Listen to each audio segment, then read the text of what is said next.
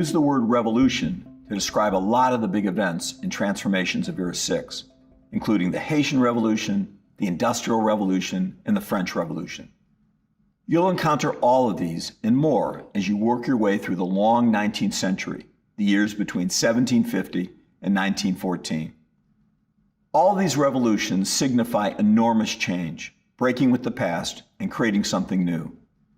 When viewed through each of the frames, we see that, in many ways, a new world was created in this era. For example, people were rapidly changing their communities in a variety of ways. Old European empires in the Americas were collapsing. Many revolutions in Haiti, Mexico, Latin America, and the British North American colonies resulted in new, independent states. Many of these states formed new kinds of communities, nation states. These nation states were based on the radical idea that a people, although not necessarily all people, had the right to govern themselves individually and together as a country. Nation states are a legacy of this era that still endures today. The United States, for example, was a nation state created in this era. But the birth of nation states did not mean the immediate end of all empires. In fact, new empires were created in the long 19th century. Existing powers like Britain and France, along with new challengers like Germany, the United States, and Japan, captured territory and conquered people in Africa, Asia, and the Pacific. Changes were also happening at a smaller level to the structures of our communities. More and more people were moving to bigger and bigger cities. City life often meant people had less support from families and neighbors and therefore needed to find new ways to connect and live with others. There was a growing philosophical challenge to religion, from changing ideas about religious communities and freedom, changes that emerged in expanding networks of philosophers and scientists who created, exchanged, and tested big new ideas.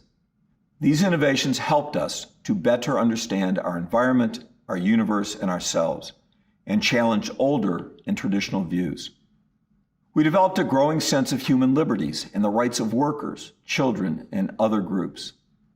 Within these networks, ideas moved faster and people shared them more effectively than ever before, a change that has accelerated ever since.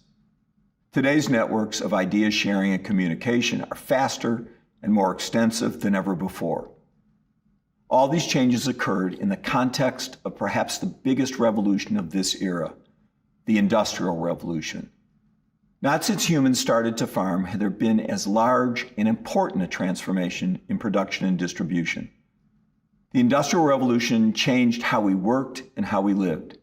It shaped people's daily lives and schedules, the size of their families, and the food they ate. It also stimulated the development of not one, but two new and competing economic systems, capitalism and socialism. In many ways, industrialization was the economic root of our modern world.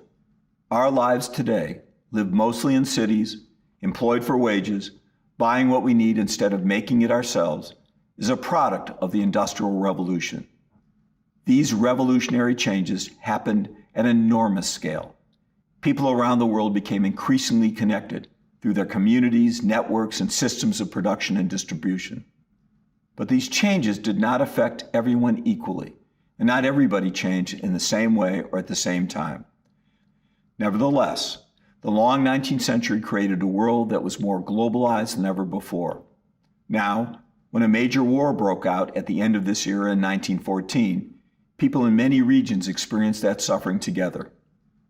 That global war, World War I, broke down, for a time, the global system of production and distribution of goods and led to a great misery. It reduced connections between people and communities as shipping and communications came under attack. Great empires broke apart, while some new states were created from the fragments. It proved, and not for the last time, that our societies can be disrupted across all the frames, even in the modern age.